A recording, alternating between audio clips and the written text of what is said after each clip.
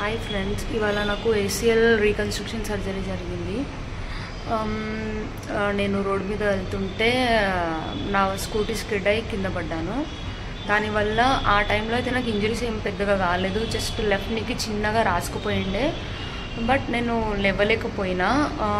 నాకు అప్పటికే అర్థమైపోయింది నా లెగ్లో ఏదో అయిందని చెప్పేసి. నేను అక్కడ ఉన్న జనాల సహాయంతో నేను హాస్పిటల్కి షిఫ్ట్ అయ్యాను. హాస్పిటల్లో ఎంఆర్ఐ తీసిన తర్వాత తెలిసింది నాకు మల్టీ లిగమెంట్స్ టేర్ అయ్యాయని చెప్పేసి. అందులో ఏసీఎల్ వచ్చేసి కంప్లీట్గా టేర్ అయింది. డాక్టర్ వచ్చేసి ఏసీఎల్కి రీకన్స్ట్రక్షన్ అవసరం అని చెప్పారు. మమ్మీ అయితే ఏసీఎల్ రీకన్స్ట్రక్షన్ సర్జరీ అని చెప్పగానే ఏడవడం స్టార్ట్ చేశారు. అసలు నాకెంత ఏం భయం వేయలేదు, ఎందుకంటే నాకు ఆల్రెడీ దాని గురించి కొంచెం నాలెడ్జ్ ఉండే. బట్ మొత్తానికైతే సర్జరీ చేయించుకున్నాను. ఇవాళే నాకు సర్జరీ అయ్యింది. చాలామంది సర్జరీ అనగానే చాలా భయపడిపోతుంటారు కదా. నాకైతే సర్జరీ అనేది చాలా ఎక్సైటెడ్ ఉండే. అండ్ మోరోవర్ చెప్పాలంటే నేను హ్యాపీగా కూడా ఉండే, ఎందుకంటే సిన్స్ 1 month నేను ఇంట్లోనే రెస్ట్ తీసుకుంటున్నాను. అండ్ నా నీ అనేది చాలా ఇన్స్టేబుల్ ఉండే. ఆ ఏసీఎల్ అనేది రీకన్స్ట్రక్ట్ చేస్తేనే నేను నీ మీద కంప్లీట్గా నిల్చోగలుగుతాను, స్టెబిలిటీ ఉంటుంది అనేసి నాకు అర్థమైంది. అందుకని నేను సర్జరీకి ప్రిఫర్ చేశాను. అండ్ మోరోవర్ సర్జరీ అనగానే మా ఇంట్లో మా ఫ్యామిలీ మెంబర్స్ అందరు చాలా భయపడి, వద్దు సర్జరీ కాకుండా కన్జర్వేటివ్ మేనేజ్మెంట్ అంటే ఇంట్లోనే రెస్ట్ తీసుకుంటేనే తగ్గిపోతుందేమో, అలాగే ఏదైనా మేనేజ్ చేసుకుందాం అని చాలా అన్నారు. బట్ నేనే మమ్మీ డాడీని ఎక్స్ప్లెయిన్ చేసి వాళ్ళు కొంచెం కూల్ అయ్యాక హాస్పిటల్లో అడ్మిట్ అయ్యాను. మొత్తానికైతే నేను రీకన్స్ట్రక్షన్ సర్జరీ చేయించుకున్నాను. ఇప్పుడే ఇంతసేపు నేను ఐసీయూలో ఉండే. ఐసీయూ నుండి ఇప్పుడే నాకు జనరల్ వార్డ్కి షిఫ్ట్ చేశారు. మార్నింగ్ నుండి నాకు లంబర్ అంటే నడుములో ఇచ్చారనమాట అనస్థీషియా. అనస్థీషియా ఇవ్వడం వల్ల నాకు మొత్తం ఈ స్టమక్ ఏరియా నుండి మొత్తం కింది భాగం వరకు మొత్తం అసలు కాలు కానీ ఏది కూడా నాకు తిమ్మిర్లాగా వచ్చి బరువు అయిపోయి నాకు ఏం సెన్సేషన్స్ అస్సలు లేవు. అండ్ మార్నింగ్ నుండి నాకు చాలా అంటే నా బాడీలో హాఫ్ ఆఫ్ ద రీజన్ నాకు లేదన్నట్టు అనిపించింది. ఇప్పుడు ఆ అనస్థీషియా ఎఫెక్ట్స్ అన్నీ తగ్గిన తర్వాత నన్ను జనరల్ వార్డ్కి షిఫ్ట్ చేశారు. సర్జరీ విషయానికి వస్తే నేను ఎందుకు నా ఎక్స్పీరియన్స్ని షేర్ చేసుకోవాలి అనుకుంటున్నానంటే, చాలామంది సర్జరీ అనగానే భయపడిపోయి అయ్యో ఏమవుతుందో సర్జరీయా ఎలా అవుతుందో అని చెప్పేసి భయపడుతూ ఉంటారు. కానీ నేనైతే ఎప్పుడు సర్జరీ అవుతుంది అన్నట్టే వెయిట్ చేశాను. ఎందుకంటే నార్మల్గా సర్జరీ తర్వాతనే నేను రీహాబ్ చేస్తేనే నేను బాగా అవుతానని చెప్పేసి నాకు కంప్లీట్గా నాలెడ్జ్ వచ్చేసింది. నేను అన్ని విధాలుగా చదివాను, చూశాను. సో బెటర్ సర్జరీ చేయించుకుంటేనే అని చెప్పేసి నేను సర్జరీ కోసం చాలా వెయిట్ చేశాను. ఎట్ లాస్ట్ నేను సర్జరీ చేయించుకున్నాను. సర్జరీ టైంలో కూడా అమ్మ వాళ్ళు చాలా భయపడ్డారు. బట్ నాకైతే అసలు ఏం భయమే లేకుండా, అసలు సర్జరీ అంటే ఏం ఉండదు ఫ్రెండ్స్.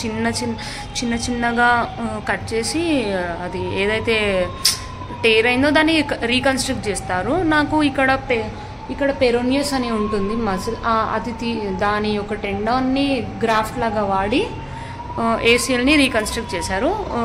వైల్ రీకన్స్ట్రక్షన్ కూడా నాకు వీడియోలో చూపించారనమాట మన డాక్టర్ ప్రభాకర్ ఇంకా డాక్టర్ శివకుమార్. నేను సర్జరీకి వెళ్ళేటప్పుడు అమ్మ ఇంకా నాన్న చాలా భయపడ్డారు. బట్ నేనైతే సర్జరీకి వెళ్ళేటప్పుడు చాలా నార్మల్గా కూల్గా ఉన్నాను. అంటే మన వైటల్స్ కూడా చాలా ఇంపార్టెంట్ అనమాట. సర్జరీకి వెళ్ళేటప్పుడు మనం టెన్షన్ తీసుకోవాల్సిన అవసరం లేదు. ఇంకోటి ఏంటంటే మనకు అనస్థీషియా ఇచ్చినాక ఎలాగో ఆ ఏరియా మొత్తం నమ్ అయిపోతుంది కాబట్టి మనకేం చేస్తున్నారో మనకు అర్థం కూడా కాదు, మనకు పెయిన్ కూడా ఉండదు.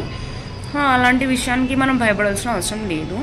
అండ్ మోరోవర్ నేను చాలా ఎక్సైటెడ్గా ఉండే. ఎందుకో కానీ నేనైతే ఆ సర్జరీ ఫస్ట్ టైం నా లైఫ్లో చాలా ఎక్సైటెడ్గా ఉండే. ఎట్ లాస్ట్ నన్ను సర్జరీ ఆపరేషన్ థియేటర్కి తీసుకెళ్లారు. ఆపరేషన్ థియేటర్ని చూడంగానే వావ్ ఏంటి ఇంత పెద్ద లైట్స్ ఉన్నాయని, అసలు చాలా నీట్గా చాలా స్టెరైల్గా మెయింటైన్ చేస్తున్నారు ఆపరేషన్ థియేటర్. అక్కడున్న స్టాఫ్ కూడా చాలా బాగా కేర్ తీసుకున్నారు. ఈచ్ అండ్ ఎవ్రీథింగ్ వాళ్ళు చాలా బాగా చూసుకున్నారు. నేను వెళ్ళంగానే నన్ను ఆపరేషన్ కోసమని రెడీ చేశారు. నా డ్రెస్సింగ్ అండ్ ఆల్ అన్నీ ముందే రెడీ చేసుకుని తీసుకెళ్లారు. అక్కడికి వెళ్ళగానే నాకు సెలైన్ పెట్టారు. దానితో పాటు అన్ని వైటల్స్ కోసం అన్నీ పెట్టుకున్నారు.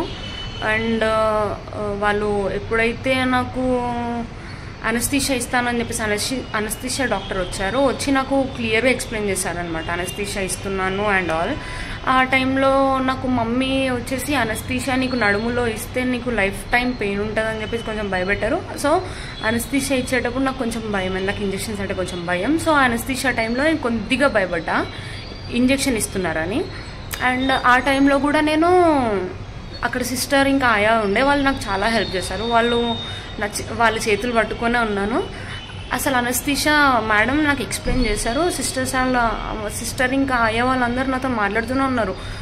అంటే నార్మల్గా నన్ను డైవర్ట్ చేయడానికి నాతో మాట్లాడుతున్నారు. అంతలోపు తను అనస్థీషియా కూడా ఇచ్చేశారు. ఆ అనస్థీషియా ఇచ్చినట్టు కూడా నాకు అసలు అర్థం కూడా కాలేదు.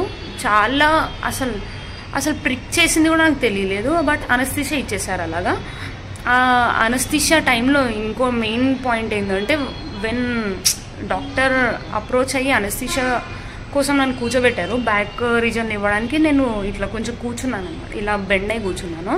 ఆ టైంలో నేను ఎదురుగా ఓటీ అద్దంలో నుండి శివ సార్ ఫేస్ చూడగానే నాకు కొంచెం ధైర్యం వచ్చింది. నేను చాలా గాడ్ని ప్రే చేస్తుండే, నాకు శివ సారే సర్జరీ చేయాలి అని. ఎందుకంటే ఆయన స్పోర్ట్స్ మెడిసిన్ కాబట్టి నేను మళ్ళీ ఫర్దర్గా డ్యాన్స్ చేయాలన్నా రన్నింగ్ చేయాలన్నా స్పోర్ట్స్ మెడిసిన్ ఉన్న డాక్టర్ నాకు సర్జరీ చేస్తే బాగుంటుంది అని నా ఆలోచన. సో శివ సార్ని చూడగానే నా ప్రాణం లేచొచ్చినట్టు అనిపించింది. ఎట్ లాస్ట్ నాకు కాన్ఫిడెన్స్ అయితే చాలా ఎక్కువ వచ్చేసింది. ఇంకా ఆ సార్ని చూడగానే నేను అనస్థీషియా తీసుకున్నా. ఆ తర్వాత నేను పడుకోగానే సార్ వచ్చారు, నా దగ్గరకు వచ్చి నాకు క్లియర్గా ఎక్స్ప్లెయిన్ చేశారనమాట ఆ సర్జరీ గురించి. అండ్ నాకు వేరే లిగమెంట్స్ ఏవైతే ఉన్నాయో అవి పార్షియల్ టేర్స్ ఉన్నాయి, గ్రేడ్ 1 గ్రేడ్ 2 టేర్స్ ఉన్నాయి. అవి వాటి అంతటా అవి హీల్ అయిపోతాయి. బట్ ఏసీఎల్ మాత్రం ఖచ్చితంగా రీకన్స్ట్రక్ట్ చేయాలి, అందుకే నీకు సర్జరీ చేస్తున్నామని మళ్ళీ చెప్పారు. ఆల్రెడీ చెప్పారు, మళ్ళీ చెప్పారు. అది ప్రొసీజర్ ఏం చేస్తున్నారో చెప్పి ఎక్స్ప్లెయిన్ చేసి అక్కడ ఉన్న వాళ్ళందరూ చాలా కేర్ఫుల్గా నన్నైతే హ్యాండిల్ చేశారు. నేను అసలు భయపడట్లేదు, అయినా కానీ వాళ్ళు నన్ను భయపడుతున్నానేమో అనేసి. అండ్ ఇంకోటి బ్యాక్గ్రౌండ్లో సిద్ శ్రీరామ్ మ్యూజిక్ పెట్టారనమాట, కొంచెం మైండ్ డైవర్ట్ అవ్వడానికి. సార్ అయితే సర్జరీ స్టార్ట్ చేసేటప్పుడు కూడా నాకు చెప్పారు, అంటే ఏసీఎల్లో మెయిన్గా అందరూ తెలుసుకోవాల్సింది ఏంటంటే నీ స్టెబిలిటీ మెయింటైన్ చేయడానికి హ్యామ్స్ట్రింగ్ అనేది కాంట్రాక్ట్ అవుతుంది. హ్యామ్స్ట్రింగ్ అంటే మన ఈ కాలుకి వెనకాల భాగంలో మజిల్ ఉంటుంది, అది కాంట్రాక్షన్ ఇట్లా గట్టిగా పట్టినట్టు అయిపోతుంది అనమాట. అండ్ ఈ పైన భాగం మజిల్ ఏదైతే ఉంటుందో దీన్ని క్వాడ్రిసెప్స్ అంటారు, ఆ మజిల్ వీక్ అయిపోతుంది.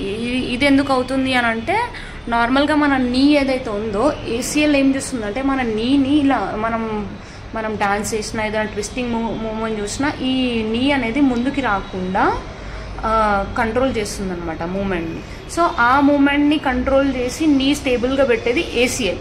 ఇప్పుడు ఇక్కడ ఏసీఎల్ వచ్చేసి టేర్ అయిపోయింది కాబట్టి నీ అనేది న్యూరోమస్కులర్ అడాప్టేషన్ జరుగుతుంది. ఇక్కడ న్యూరోమస్కులర్ అడాప్టేషన్ ఏంటి అని అంటే, ఇందులో ఏసీఎల్ అనేది టేర్ అయిపోయింది కాబట్టి ఆ నీ వచ్చేసి ముందుకి, మనం ఒకవేళ ఈ కాళ్ళ మీద బరువు పెడితే నీ అనేది ముందుకు వచ్చేస్తుంది అనమాట. నీ అనేది ముందుకు రాకుండా హ్యామ్స్ట్రింగ్ కంటిన్యూస్గా, హ్యామ్స్ట్రింగ్ అంటే చెప్పానుగా వెనకాల భాగంలో మజిల్ అని, అది కంటిన్యూస్గా నీని పుల్ చేస్తూ ఉంటుంది అనమాట స్టేబుల్గా ఉంచడానికి. నీ ఇన్స్టేబుల్ అవ్వకుండా బక్కలు అవ్వకుండా స్టేబుల్గా ఉంచడానికి కంటిన్యూస్గా అది వెనకాల నుండి పుల్ చేస్తూ ఉంటుంది. అండ్ అప్పుడు దీనికి యాక్టివిటీ, క్వాడ్రిసెప్స్ మజిల్కి యాక్టివిటీ అనేది తగ్గిపోతుంది. సో అప్పుడు ఏమవుతుందంటే నీలో ఉన్న హ్యామ్స్ట్రింగ్ మజిల్ వచ్చేసి కాంట్రాక్చర్కి గురి అవుతుంది. అది బాగా యాక్టివిటీ వల్ల పైన భాగంలో ఉన్న కండరం ఏదైతే ఉందో క్వాడ్రిసెప్స్, ఆ కండరం వచ్చేసి వీక్ అయిపోతుంది. సో మనకి ఈ సర్జరీలో ముఖ్యంగా తెలుసుకోవాల్సిన విషయం ఏంటి అని అంటే, ఎవరికైనా సరే నీ సర్జరీ, ఈ ఏసీఎల్ సర్జరీలో ఈ యొక్క hamstring muscle and quadricep muscle ఏమవుతుంది అనేది మనం తెలుసుకుంటే మనకి ఫర్దర్గా రీహాబ్లో చాలా యూస్ఫుల్ అవుతుందన్నమాట. ఎందుకంటే ఇప్పుడు నాకు వేసిన గ్రాఫ్ట్ ఏదైతే ఉందో అది అక్కడ అది కొత్త అంటే అక్కడ కొత్తగా వేశారు కదా, అక్కడ నుండి వేరే భాగం నుండి తీసి ఇక్కడ వేశారు కాబట్టి కొత్త మజిల్ గ్రాఫ్ట్ అనేది ఇక్కడ వచ్చింది కాబట్టి అది మన బాడీలో అలవాటు అవ్వడానికి దానికి కొంచెం టైం పడుతుంది. సో అలాంటి టైంలో ఏమవుతుందంటే నేను చెప్పాను కదా, హ్యామ్స్ట్రింగ్ అనేది కంటిన్యూస్గా ఇట్లా ఏమంటారు కాంట్రాక్ట్ అవుతూ ఉంటుంది, క్వాడ్రిసెప్స్ అనేది వీక్ ఆన్ అవుతుంది. సో మనం రీహాబ్లో ఎక్కువగా హ్యామ్స్ట్రింగ్స్ని ఫ్లెక్సిబిలిటీ పెంచుకొని క్వాడ్రిసెప్స్ని స్ట్రెంగ్త్ పెంచుకోవాలన్నమాట. ఇది మెయిన్గా రీహాబ్లో మనం చేయాలి.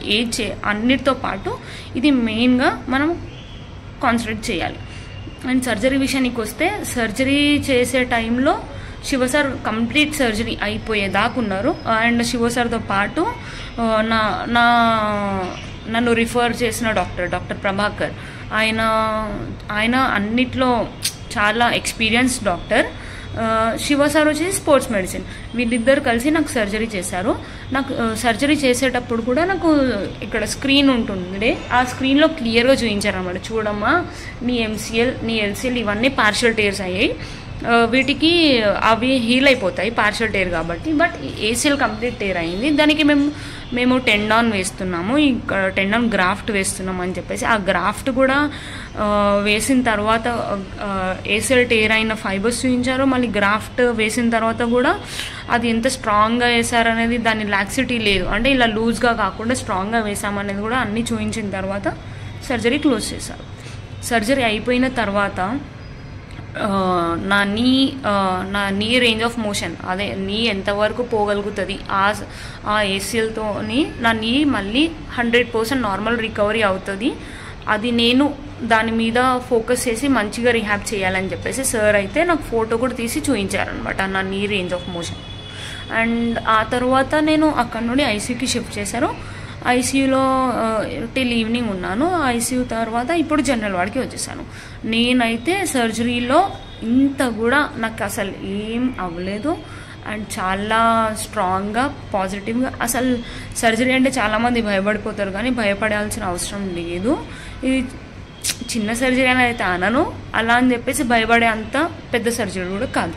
సో ఎవరికైనా సర్జరీ అనుకున్నప్పుడు ప్రాపర్గా ఒకసారి దీనికి సంబంధించిన వీడియోస్ కానీ ఏదైనా చదువుకుంటే దీని గురించి నాలెడ్జ్ వస్తే మీరు కేర్ఫుల్గా ఉండొచ్చు. అండ్ దీనికి ఇప్పుడు అది Day 0 ఇవాళే సర్జరీ అయింది కాబట్టి రేపటి నుండి నాకు నాన్ వెయిట్ బేరింగ్ వాకింగ్ కూడా స్టార్ట్ చేయొచ్చు అని చెప్పారు.